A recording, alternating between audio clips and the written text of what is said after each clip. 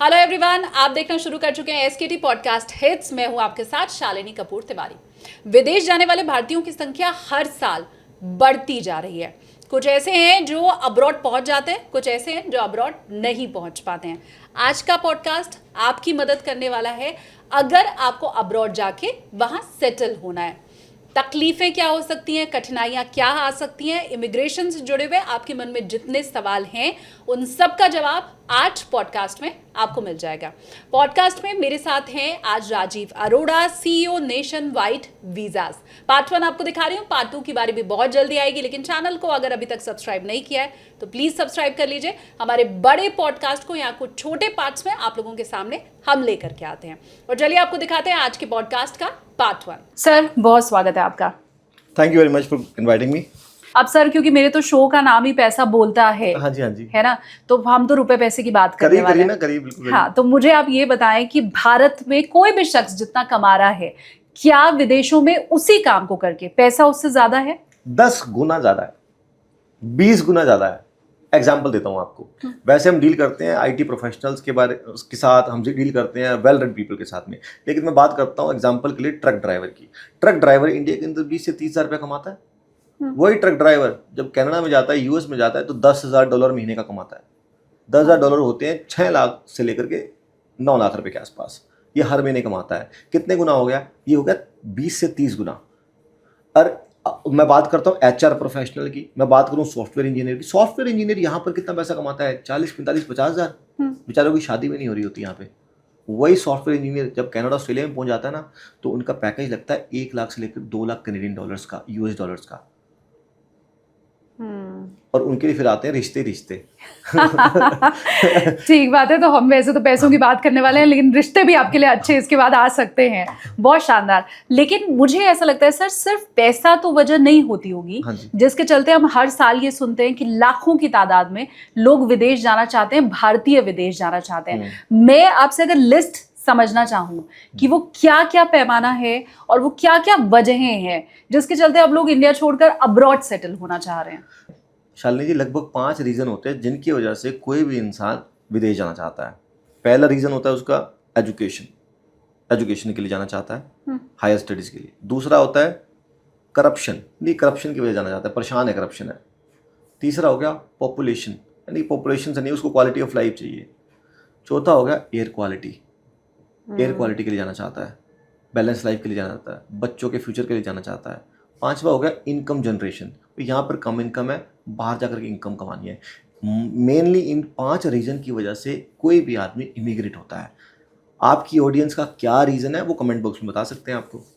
तो कमेंट करके बताइए कि अगर आपको विदेश जाने का मौका मिले या आपकी दिली इच्छा है तो क्या वजह है जिसके चलते आप विदेश जाना चाहते हैं। मैं तो ऑनेस्टली सर आपको बताऊं, क्योंकि हम हमेशा रिपोर्ट पढ़ते रहते हैं। अभी कुछ दिनों पहले ही मैंने ये पढ़ा कि दिल्ली में जो रह रहा है उसका जीवन 10 साल कम हो जाता है।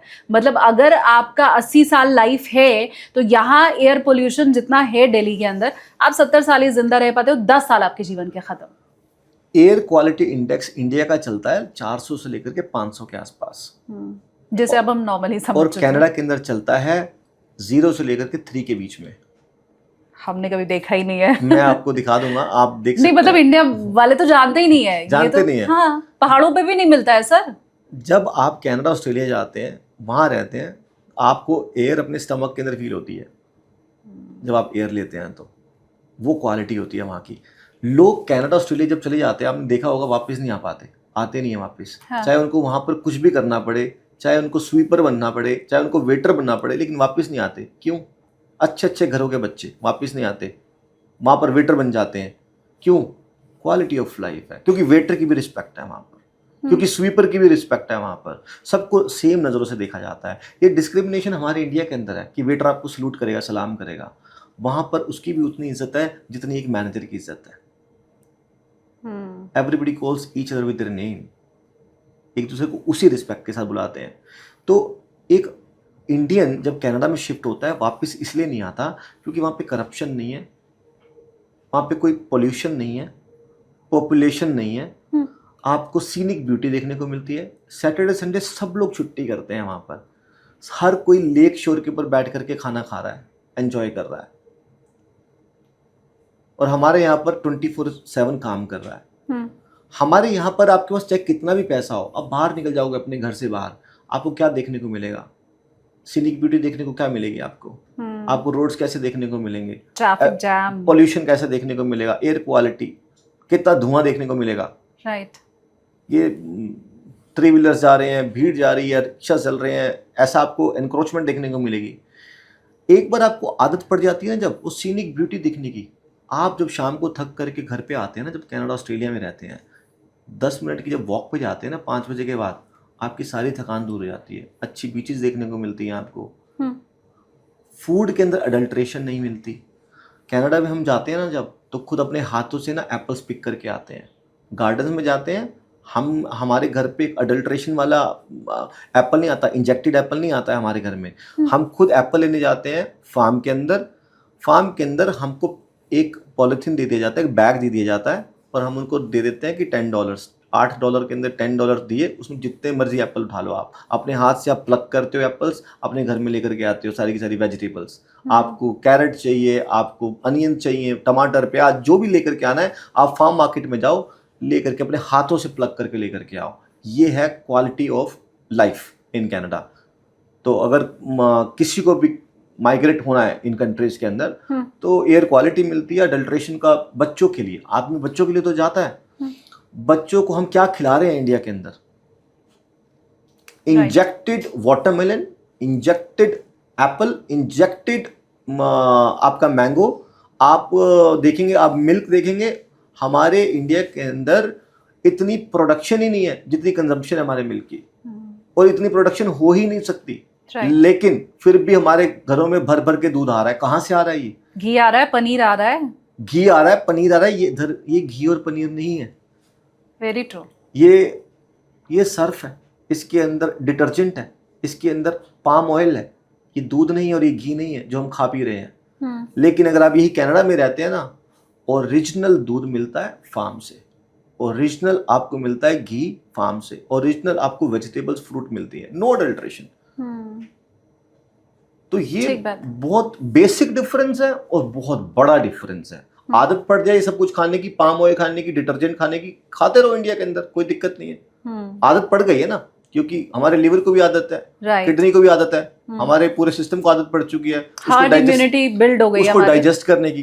लेकिन अगर आप बात करेंगे कनाडा के अंदर, तभी तो लोग इंडिया में आते हैं फिर बीमार पड़ जाते हैं कुछ खाते ही। आपने नोटिस किया होगा, फॉरेनर आए इंडिया में और बीमार पड़ गए, क्योंकि सब कुछ कचरा है।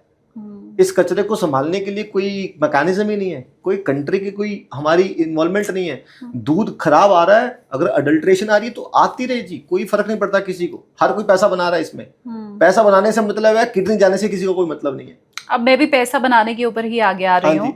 लाइफस्टाइल ज्यादा बेहतर है, स्टैंडर्ड ज्यादा बेहतर है अब्रॉड के, ये हम सबको समझ आ गया। शालिनी जी, आपने बात बोली कि 10 साल उम्र कम हो जाती है इंडिया में।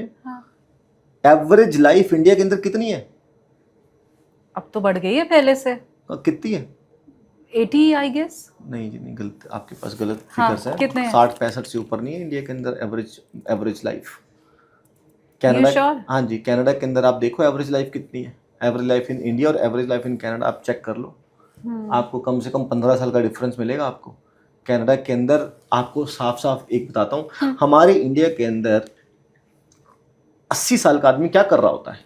बिस्तर पे रहता है। बिस्तर पे रहता है। 80 साल का आदमी कनाडा के अंदर रनिंग कर रहा होता है, ट्रैक के ऊपर वॉक कर रहा होता है शाम को गार्डन के अंदर अलोन, और आपसे तेज दौड़ेगा। राइट। हमारे से इंडियंस हैं जो कनाडा में रह रहे हैं, वो भी 80 के अंदर बिल्कुल फिट एंड फाइन होते हैं। हमारे 80 साल की औरतें इंडिया में क्या कर रही होती हैं? 75 साल की औरतें क्या कर रही होती हैं? आपको बेड पे ही मिलेंगी। गोलियां सभी की चल रही हैं, दवाइयां उनको लेनी ही लेनी है, लाइफ तो सबकी ऐसी है।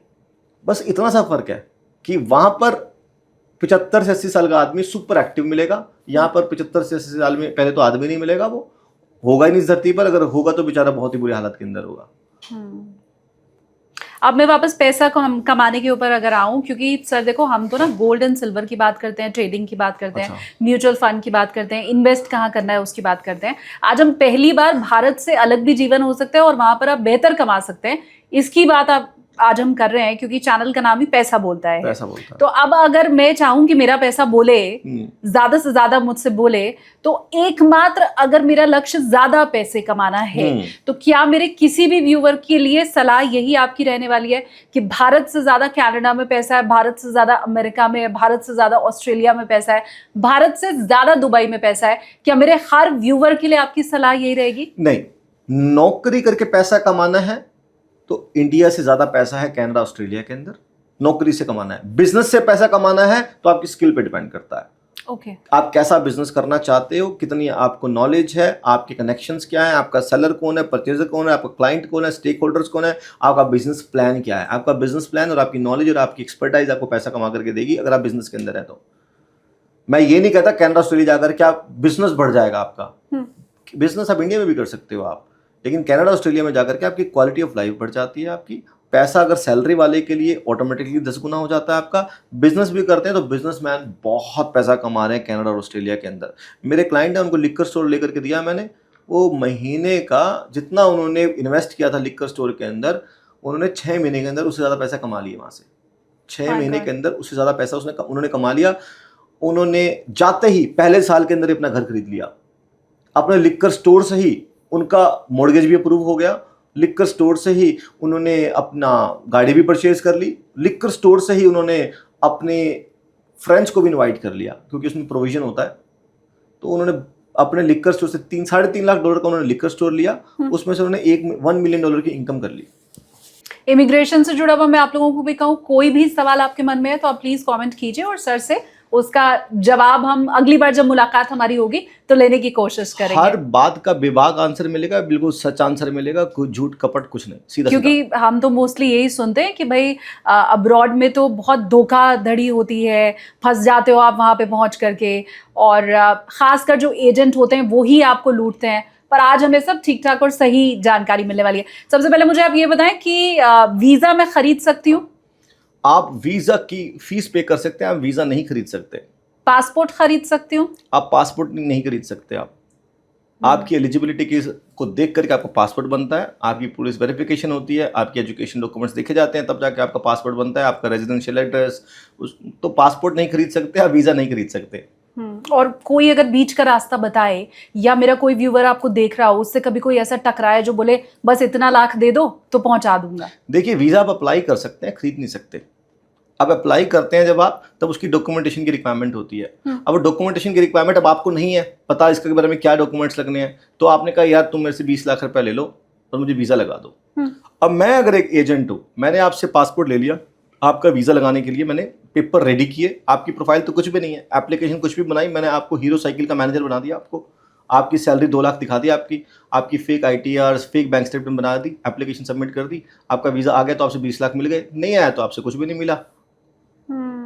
So this is actually going on in the market. जो लोग एजेंट्स के हाथ में, यानी कि किसी रेगुलेटेड कंपनी के पास नहीं जाते हैं, किसी एक प्रोफेशनल के पास नहीं जाते हैं, वो किसी को भी अपने अड़ोसी पड़ोसी को अपना पासपोर्ट दे देते हैं, वो लोग इन चीज़ों में फंस जाते हैं एक्चुअली। अब मैं अपॉर्चुनिटी के ऊपर अगर आऊँ तो विदेशों में किन क्षेत्र में ज़्यादा अपॉर्चुनिटी फिलहाल लोगों को मिल रही है, इससे शायद मेरे व्यूअर को ये क्लैरिफिकेशन मिल जाएगा कि वो जिस फील्ड में है क्या उनके लिए विदेश जाना मुफीद है या नहीं। देखिए, कनाडा, ऑस्ट्रेलिया की बात करें, यूरोप की बात करें, सभी के सभी ऑक्यूपेशन डिमांड में है। All occupations are in demand. चाहे आप सॉफ्टवेयर इंजीनियर हैं, आप HR प्रोफेशनल हैं, एडमिनिस्ट्रेशन के अंदर हैं, आप हेल्थ केयर प्रोफेशनल हैं, नर्सिस हैं, डॉक्टर्स हैं। आज की तारीख के अंदर हेल्थ केयर प्रोफेशनल्स जो हैं वो सबसे ज़्यादा डिमांड में हैं, और आगे भी आने वाले 10 साल तक हेल्थ केयर प्रोफेशनल डिमांड में रहने वाले हैं। Doctors, nurses, chiropractors, physicians, psychologist, physiotherapist, ये सब लोगों की बहुत ज़्यादा डिमांड है। Canada and Australia, they are welcoming them with open arms. हाथ बाहें फैला करके जर्मनी, यूरोप सब बुला रहे हैं, बस आपको थोड़ी बहुत एलिजिबिलिटी टेस्ट करनी है। नर्सेज जो यहाँ पर बेचारी हमारी नर्सेज सिस्टर्स जो यहाँ पर 30, 40, 45 हज़ार रुपये कमाती है ना, कनाडा में जैसे ही लैंड होती है ना, सिर्फ 8 घंटे की नौकरी करके 4 लाख से 5 लाख रुपये कमाती हैं। यहाँ पर 12-12 घंटे की ड्यूटी देने के बाद भी उनको 30-40 हज़ार नहीं मिलते, लेकिन जब वो कनाडा, ऑस्ट्रेलिया, जर्मनी यहाँ पर पहुँचती हैं 4 से 5 लाख रुपए, और सिर्फ 5 डेज ए वीक काम करती हैं, 8 आवर्स बैलेंस लाइफ, बहुत ज़्यादा काम नहीं, और इसलिए लोग ऐसी लाइफ को पाने के लिए, बैलेंस लाइफ को पाने के लिए जाना चाहते हैं, क्योंकि गवर्नमेंट ने भी उनको सपोर्ट किया हुआ है। सोशल सिक्योरिटी मिली होती है आपको, आपके चाइल्ड केयर बेनिफिट्स होते हैं, आपके हेल्थ केयर बेनिफिट्स आपको मिलते हैं, बच्चों की एजुकेशन फ्री मिलती है आपको, और लिटरली कोई भी आपको बीमारी हो जाती है, कोई परेशानी हो जाती है, सिकनेस, आप हॉस्पिटल में जाते हैं तो आप सिर्फ पार्किंग की टिकट का प्राइस देना होता है, $2 $3, बस। उसके अलावा आप अंदर जाएँ, कितने से कितना बड़ा ऑपरेशन हो, कोई भी चीज़ हो, फ्री ऑफ कॉस्ट होता है, कोई खर्च नहीं होता। और फैसिलिटीज़ ऐसी होती हैं कि आप किसी 5 स्टार होटल में चले गए हैं। तो कोई भी मेरा वो व्यूअर आपको जो देख रहा है जो नर्सिंग फील्ड में है, तो आप ये बता रहे हैं कि उनमें से कोई भी अब्रॉड जा सकता है? हेल्थ केयर में 36 ऑक्यूपेशन है जो कनाडा में डिमांड में है, 36 से ज़्यादा ऑक्यूपेशन ऑस्ट्रेलिया में डिमांड में है। कोई भी हेल्थ केयर प्रोफेशनल, चाहे आप सोनोग्राफर हैं, चाहे आप फिजियोथेरेपिस्ट हैं, चाहे आप रजिस्टर्ड नर्स हैं, आप होम सपोर्ट वर्कर हैं, ये सभी के सभी ऑक्यूपेशन फुल ऑन डिमांड के अंदर है। ये जा सकते हैं, आईटी प्रोफेशनल जा सकते हैं, आईटी प्रोफेशनल, सॉफ्टवेयर इंजीनियर हैं, डेवलपर हैं, आप मैकेनिकल इंजीनियर हैं, आप सिविल इंजीनियर हैं, सब लोगों की ऑक्यूपेशन फुल ऑन डिमांड के अंदर है। आप ऑस्ट्रेलिया में चाहे आप कारपेंटर हैं, आप प्लम्बर हैं, आप इलेक्ट्रीशियन हैं, आप कनाडा में भी जा सकते हैं, ऑस्ट्रेलिया में भी जा सकते हैं। इन स्किल ट्रेड वर्कर्स की बहुत ज़्यादा डिमांड है। ये 20 गुना पैसा कमाते हैं in comparison to India. My God, 20 गुना। आपने अगर सिर्फ कारपेंटर की स्किल सीख ली, हाँ। तो इंडिया का जो यहाँ पर एक ठीक ठाक मैनेजर होता है ना, उनको नौकरी पे रख सकता है। अच्छा, इतना अंतर है? इतना अंतर है। कनाडा ऑस्ट्रेलिया में अगर आप स्किल सीख के चले जाते हैं, कोई भी कारपेंटर, प्लम्बर, इलेक्ट्रीशियन, वेल्डर, इनमें से कोई भी स्किल अगर आपको आती है, कोई भी नॉर्मल ठीक ठाक मैनेजर लेवल का आदमी इस स्किल को सीख लेता है, तो 5 लाख रुपए महीना कमाएगा ही कमाएगा।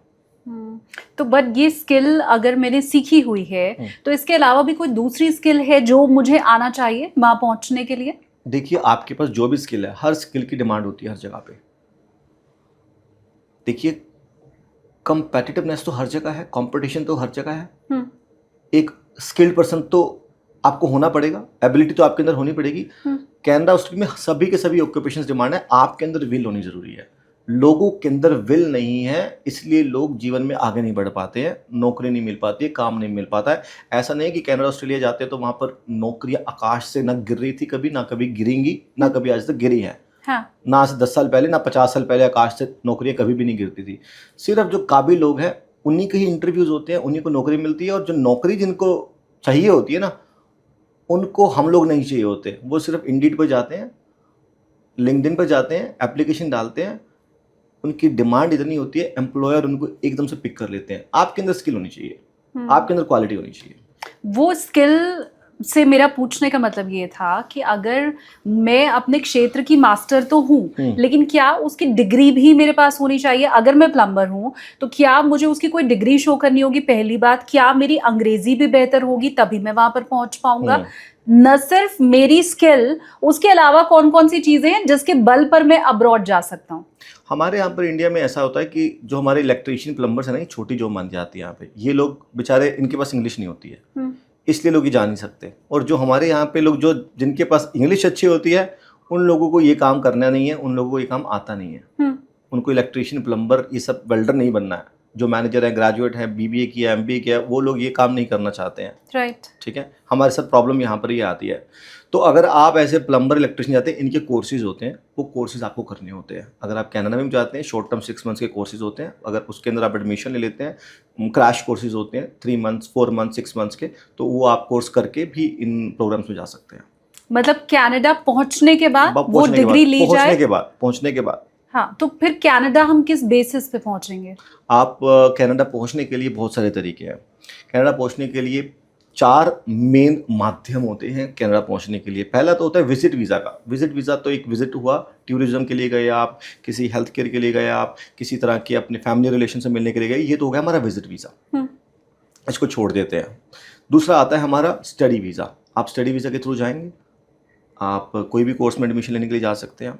तीसरा आता है हमारा वर्क परमिट वीज़ा। अगर आपको जॉब ऑफर इशू हो जाती है कनाडा से, कोई भी एम्प्लॉयर आपको जॉब ऑफर देकर इनवाइट करता है अपनी कंट्री के अंदर, अपनी कंपनी के अंदर, तब आप जा सकते हैं वहाँ पर। और 4th तरीका होता है बिजनेस इमिग्रेशन।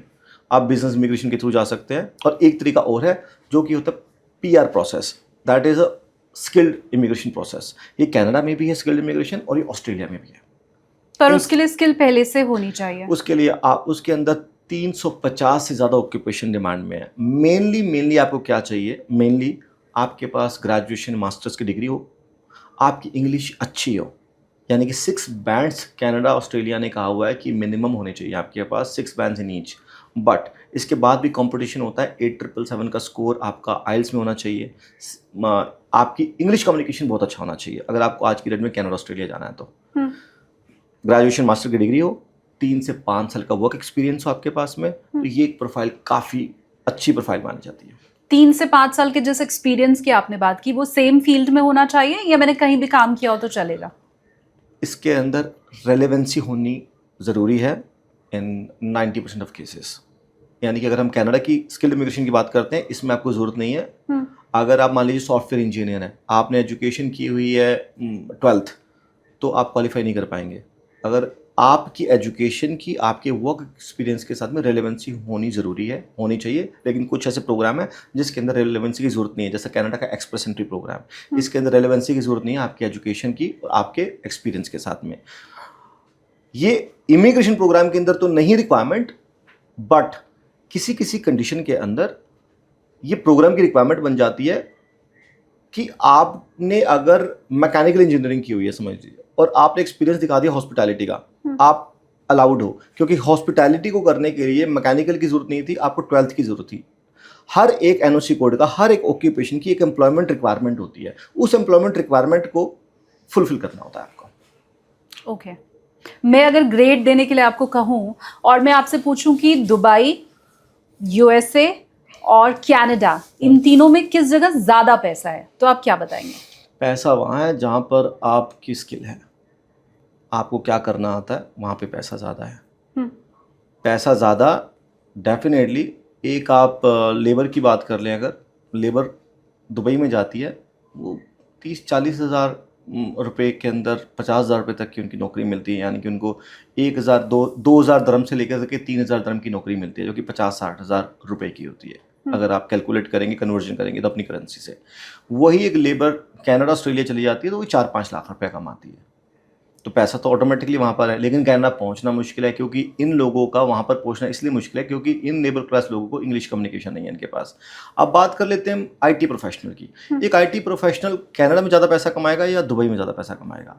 दुबई के अंदर अगर आप जाते हैं तो हो सकता है कि आपको 5,000 दरम से लेकर के 10,000 दरम की नौकरी मिल जाएगी आपको। आपकी देखिए, पैसा कहाँ पर ज़्यादा है ये आप इस किसी कंट्री से नहीं आप डिसाइड कर सकते। पैसा कहाँ पर ज़्यादा है ये आपको डिसाइड करना पड़ेगा, आपके अंदर क्वालिटी कितनी है। हो सकता है कि आपको इंडिया में ज़्यादा पैसा मिल जाए, आपको कहीं जाने की ज़रूरत ना हो। आपकी स्किल की रिक्वायरमेंट कहाँ पर है, आप अप्रिशिएट कहाँ पे हो रहे हो,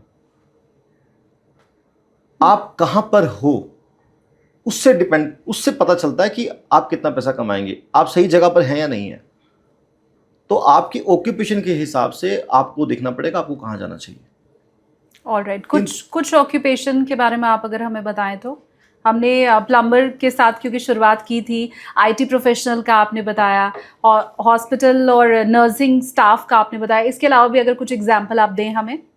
हमारे चाहे आप किसी भी ऑक्यूपेशन उठाएं, बिजनेस मैनेजर्स हो गए, बिजनेस डेवलपमेंट ऑफिसर्स हो गए, हमारे सिविल इंजीनियर्स हो गए, HR रिक्रूटर्स हो गए, हमारे डेटा साइंटिस्ट हो गए, इंफॉर्मेशन सिस्टम मैनेजर्स हो गए, कंप्यूटर प्रोग्रामर्स हो गए, वेब डेवलपर्स हो गए, ग्राफिक डिज़ाइनर्स हो गए। इन सब लोगों की फुल डिमांड है कनाडा के अंदर और अच्छे पे वेज के ऊपर है। एक सवाल मन में ये भी आता है कि वहाँ जो नौकरी मिलती है वो सरकारी होती है या प्राइवेट होती है? देखिए, आप जब परमानेंट रेजिडेंट हो जाते हैं तो आप सरकारी नौकरी अप्लाई कर सकते हैं। वो तो डिपेंड करता है आप अप्लाई कौन सी नौकरी कर रहे हैं। ये तो सब प्राइवेट नौकरी होती है, लेकिन अगर सरकारी अप्लाई करना चाहे तो आप सरकारी नौकरी आप अप्लाई कर सकते हैं कनाडा में, ऑस्ट्रेलिया में। After becoming a permanent resident you can do that. मैं विदेश जाने का अगर कुल खर्च आपसे समझना चाहूँ, वो भी जो एजेंट्स बताते हैं और वो भी जो नहीं बताते हैं, क्योंकि हम ऐसा सुनते हैं कि कुछ तो हिडन चार्जेस रहते हैं जो हमें बताया नहीं जाता है, तो एक आम आदमी अगर विदेश में जाके बसना चाहता है तो कितने पैसे की ज़रूरत होगी? अगर आप अपना प्रोसेस खुद से ही करना चाहते हैं तो स्टार्टिंग फ्रॉम 10,000 रुपये से लेकर के आपकी 2 लाख रुपए तक की गवर्नमेंट फीस हो सकती है डिफरेंट डिफरेंट प्रोग्राम्स को लेकर के।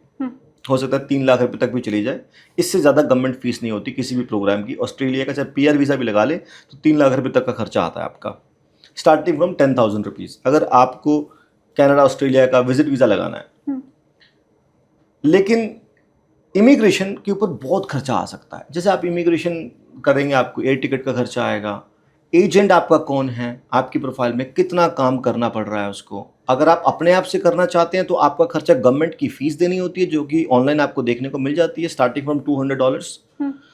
इसके अलावा खर्चा आपको एयर टिकट्स का देना है, अपने अकोमोडेशन का देना है, ये इमिग्रेशन के ऊपर खर्चा आता है आपका। एजेंट्स का खर्चा, उनकी फीस का खर्चा डिपेंड करता है कि एजेंट कौन है, उन्होंने काम कितना किया है, उनकी क्या रेपुटेशन है, वो कितना चार्ज कर रहे हैं।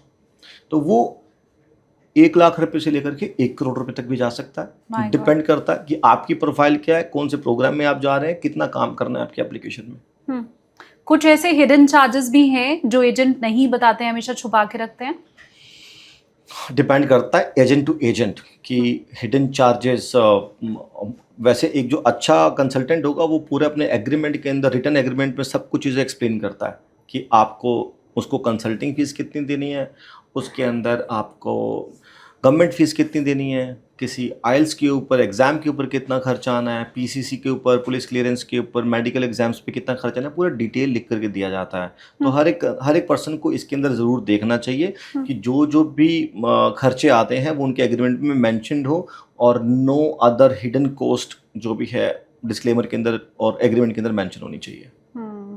मुझे 3 ऐसे देश बताइए जहां आज के समय में जाना सबसे बेहतर है, और 3 ऐसे देश बताइए जहां पर जाना इस समय बिल्कुल फालतू है। 3 ऐसे देश आप चले जाएं आज की डेट के अंदर। ऑस्ट्रेलिया, यूरोप के अंदर बहुत सारे देश हैं, और आप किसी भी देश में चले जाएं, और कनाडा, आप कनाडा चले जाएं, इन तीनों कंट्रीज़ के अंदर आप चले जाएं। US बिजनेसमैन है तो आप US भी जा सकते हैं, इन कंट्रीज़ में आप चले जाएं, ये अच्छी कंट्रीज़ हैं माइग्रेट होने के लिए। एक इंडियन चाहता है कि उस कंट्री में जाए जहाँ पर उसको उसकी कम्युनिटी भी मिले, उसके लोग मिले, अपॉर्चुनिटी मिले, पैसा कमाने को मिले, और इंग्लिश स्पीकिंग कंट्री हो, प्रेफरेंस ही रहती है। तो इंग्लिश स्पीकिंग कंट्री के अंदर कनाडा, ऑस्ट्रेलिया और US आती हैं। इन तीनों कंट्री को मैं रिकमेंड करूँगा। और 3 वो देश जहां जाना बिल्कुल बेकार है। सोमालिया, युगांडा, घाना। अच्छा। ऐसे इंडियंस हैं जो वहाँ जाना चाहते हैं। I don't think so. Alright, आपके पास सबसे ज़्यादा किस देश में जाने के लिए लोग पहुंच रहे हैं, या अगर मैं ये समझना चाहूँ कि हर साल ही हम सुनते हैं कि बहुत से लोग बाहर जाने की कोशिश में हैं, नंबर्स हमारे पास ये आते हैं कि हर साल वो आंकड़ा बढ़ रहा है जो लोग विदेश जाना चाहते हैं। इनफैक्ट कुछ दिन पहले मैं एक खबर पढ़ रही थी, उसमें था कि अमेरिका से भी लोग कनाडा शिफ्ट होना आप चाहते हैं, और बहुत बड़ी संख्या है ऐसे लोगों की। तो वो कौन सा देश है जहाँ भारतीय जाने के लिए हमेशा तैयार बैठे हैं? देखिए, भारतीय जो है ना वहाँ जाना चाहते हैं जहाँ पर उनका कोई ना कोई कनेक्शन हो। ऐसा नहीं है कि भारतीय एक देश के पीछे हैं, नहीं, भारतीय उस देश के पीछे इसलिए हैं क्योंकि उनका कोई ना कोई वहाँ पर रहता है, चाहे दोस्त होगा, फ्रेंड होगा। लोग पर्टिकुलर है कंट्रीज को लेकर के। भारतीय तो एक आपके पास एक पासपोर्ट है, आप भारतीय हैं। अब आप वहीं जाएंगे, चाहे आप वहीं जाएंगे जहाँ पे आपका रिलेटिव होगा या फ्रेंड होगा। मान लीजिए आपका ब्रदर ऑस्ट्रेलिया में रहता है, तो मैं आपको चाहे 1 करोड़ अपनी पॉकेट से भी दूंगा, तब भी आप कनाडा नहीं जाएंगे, क्योंकि आप ऑस्ट्रेलिया ही जाएंगे।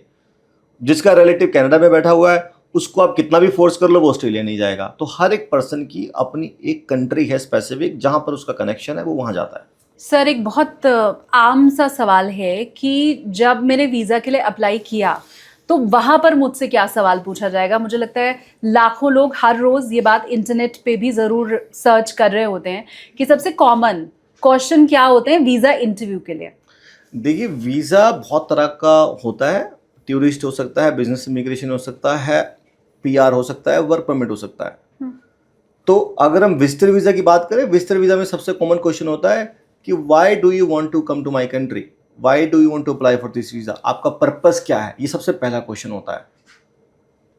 आपका टूरिज्म पर्पस है, आपको मेडिकल के लिए जाना है, आपको फ्रेंड रिलेटिव से मिलने के लिए जाना है, आप क्यों आना चाहते हो मेरे देश में, ये सबसे पहला क्वेश्चन होता है।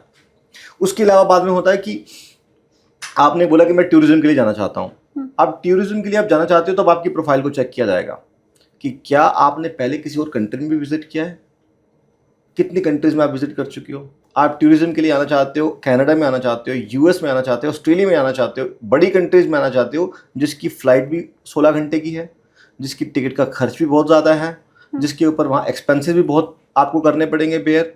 तो क्या आपकी ऐसी प्रोफाइल है? इससे पहले आपकी ट्रैवल हिस्ट्री देखी जाएगी। आप क्या हमारी कंट्री में आ जाकर के कहीं ओवरस्टे तो नहीं कर लोगे, कहीं ऐसा तो नहीं है यहाँ पर आने के बाद आप वापस नहीं जाओगे, इसको देखा जाता है। तो आपकी इनकम देखी जाती है उसके लिए कि आप कितना कमाते हो अपने देश के अंदर, आपकी स्ट्रॉन्ग रूट्स क्या है अपने देश के अंदर, आपके पास प्रॉपर्टी कितनी है अपने देश के अंदर, आपके फैमिली कनेक्शन क्या है अपने देश के अंदर, ये सारी चीज़ें नोटिस की जाती हैं। अगर आप मान लीजिए कोई पैसा ही नहीं कमाते हैं, हमारे देश में होता क्या है, लोग इनकम टैक्स तो भरते नहीं है, रिटर्न तो फाइल करते नहीं है। 1% लोग जो है इनकम टैक्स पे कर रहे हैं, 6% लोग ITR फाइल कर रहे हैं, 94% करते नहीं हैं, लेकिन वो विदेश सब जाना चाहते हैं। जब विदेश जाना चाहते हैं तो उनको ये प्रॉब्लम आती है, उनके पास ITR ही नहीं होती, उनके अकाउंट में बैलेंस तो 1-1, 2-2 करोड़ रुपया होता है, लेकिन उनकी इनकम टैक्स रिटर्न जो है ना वो देखेंगे तो 2 लाख, 2.5 लाख, 3 लाख या होगी नहीं उनके पास में। तो वहाँ पर प्रॉब्लम उनको आती है, उनको वीज़ा रिफ्यूज़ कर दिया जाता है। अब वो कहते हैं मेरे अकाउंट में तो 1 करोड़ रुपया था, तो ऑफिसर बोलता है कि आया कहाँ से। मोस्ट ऑफ द एप्लीकेशन जो होती हैं उनके अंदर इसका फिन ट्रैक ही नहीं होता, फाइनेंशियल ट्रैक ही नहीं होता कि मेरे पास 1 करोड़ अकाउंट में कहाँ से आया, 50 लाख कहाँ से आया। जब मेरी इनकम ही 2.5 लाख रुपए की है सालाना, तो मेरे पास 50 लाख कहाँ से आया। तो इसका फाइनेंशियल ट्रैक लोग एप्लीकेशन में सबमिट नहीं करते हैं, उसकी वजह से रिफ्यूजल आ जाते हैं। तो ये चीज़ें जो है नोटिस की जाती है एक विजिट वीज़ा एप्लीकेशन के अंदर। मेनली 4-5 चीज़ें आप लगा ले कि आप आना क्यों चाहते हैं, आपकी इनकम कितनी है, आप करते क्या है, आप वापस क्यों आएंगे मेरी कंट्री छोड़ करके, कहीं ओवरस्टे तो नहीं हो जाएंगे। इन सवालों का अगर जवाब आपने अपनी एप्लीकेशन में डाल दिया है तो समझ लीजिए आपकी एप्लीकेशन अप्रूव हो जाएगी, अगर ये सारे पॉइंट्स पॉजिटिव हैं तो। कोई ऐसा बच्चा जो 12th पास जिसने अभी अभी किया है वो विदेश जाना चाहता है, या किसी ने ग्रेजुएट है वो और पोस्ट ग्रेजुएशन के लिए विदेश जाना चाहता है, आपकी सलाह क्या रहती है? क्या अब्रॉड रिटर्न जितने होते हैं उनकी पूछ भारत में भी ज़्यादा है क्या? सलाह आप क्या देंगे कि भारत में रह के पढ़ाई करो, विदेश जाओ? आप खुद सोच लीजिए, हमारे इस फ्लोर के ऊपर अगर 2-4 कैनेडियन रिटर्न हो, US रिटर्न हो या ऑस्ट्रेलियन रिटर्न कैंडिडेट्स हों, पहली बात तो आपको मिलेंगे नहीं यहाँ पर, क्योंकि फिर वो वहीं रहते हैं। अगर आपको मिलेंगे तो आपको क्या उनकी वैल्यू एक्स्ट्रा लगेगी नहीं लगेगी? 100% लगेगी। यहाँ पर वो एक्स्ट्रा, उनका कॉन्फिडेंस भी एक्स्ट्रा होता है उनका, जो बाहर से सीख करके आते हैं, और अच्छी एजुकेशन है, बेटर एजुकेशन है। टॉप यूनिवर्सिटीज़ हमारे इंडिया में नहीं है अनफॉर्चुनेटली। टॉप यूनिवर्सिटीज़ US के अंदर है, कनाडा के अंदर है, ऑस्ट्रेलिया के अंदर है, इन कंट्रीज़ के अंदर टॉप 10 यूनिवर्सिटीज़ है, हमारे इंडिया में नहीं है वो सब। तो वहाँ से जब बच्चा पढ़ करके आता है तो डेफिनेटली वैल्यू एड करता है इंडियन कम्युनिटी में। और हमारे इंडिया के अंदर ये भी है कि कनाडा ऑस्ट्रेलिया से पढ़ने के बाद एक फॉरेन रिटर्न का टैग होता है, सैलरी पैकेज हाई मिलते हैं उनको, और उनका बाय डिफ़ॉल्ट कॉन्फिडेंस लेवल अलग लेवल पे चला जाता है। मुझे कोई केस स्टडी बताइए ना, क्योंकि मुझे लगता है हर साल हजारों लोगों की आप मदद कर रहे हैं कि वो विदेश जाके कैसे सेटल हो पाए। मुझे कोई केस स्टडी आप बताइए कि कोई आपके पास आया, आपने उसको कैसे सेटल किया और अभी वो क्या कर रहे हैं वहाँ। वैसे तो हमारे पास शालिनी जी बहुत सारी केस स्टडीज हैं, लेकिन उसमें से आपको एक केस स्टडी ही बता पाऊंगा इस पॉडकास्ट में, समय कम है हमारे पास। एक मेरे क्लाइंट थे, वो यहाँ पर 45 से 50 हज़ार की नौकरी कर रहे थे। उनकी वाइफ थी, वो भी 60 से 70 हज़ार की नौकरी करती थी। फैमिली इनकम थी 1 से 1.25 लाख रुपए की। उन्होंने हमसे स्किल्ड इमिग्रेशन ली, 2018 के अंदर वो कनाडा में लैंड हुए। उनका जाते ही 1-1 लाख डॉलर की सैलरी के ऊपर पहले ही पैकेज लग गया, नौकरी लग गई उनकी। 2 लाख कनेडियन डॉलर वो कमाना शुरू कर दिया। जो मिस्टर बख्शी थे वो एक कार डीलरशिप में काम कर रहे थे। उस कार डीलरशिप में उन्होंने रहते रहते काम को सीखा और अपनी जॉब को क्विट कर दिया। ठीक 1 साल के बाद उन्होंने वहाँ जा कर के अपना शोरूम बाय कर लिया। इनफैक्ट उसी शोरूम के ओनर ने उनको 50% ऑनरशिप दे दी। उन्होंने अपना पूरा डीलरशिप के अंदर ऑनरशिप ली। आज की तारीख के अंदर वो 1 मिलियन से ज़्यादा डॉलर हर साल कमाते हैं।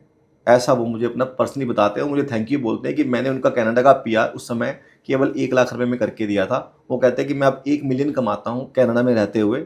अपने खुद के 6 से 7 घर खरीद चुके हैं वहाँ पर, अपनी प्रॉपर्टीज़ हैं उनकी। पिछले 7 से 8 सालों में 7 से 8 उनकी प्रॉपर्टीज़ हैं। कौन सी गाड़ी जो उनके पास नहीं है, कन्वर्टेबल हो, मर्सिडीज़ हो भी है, उनके पास सब तरह की कार हैं।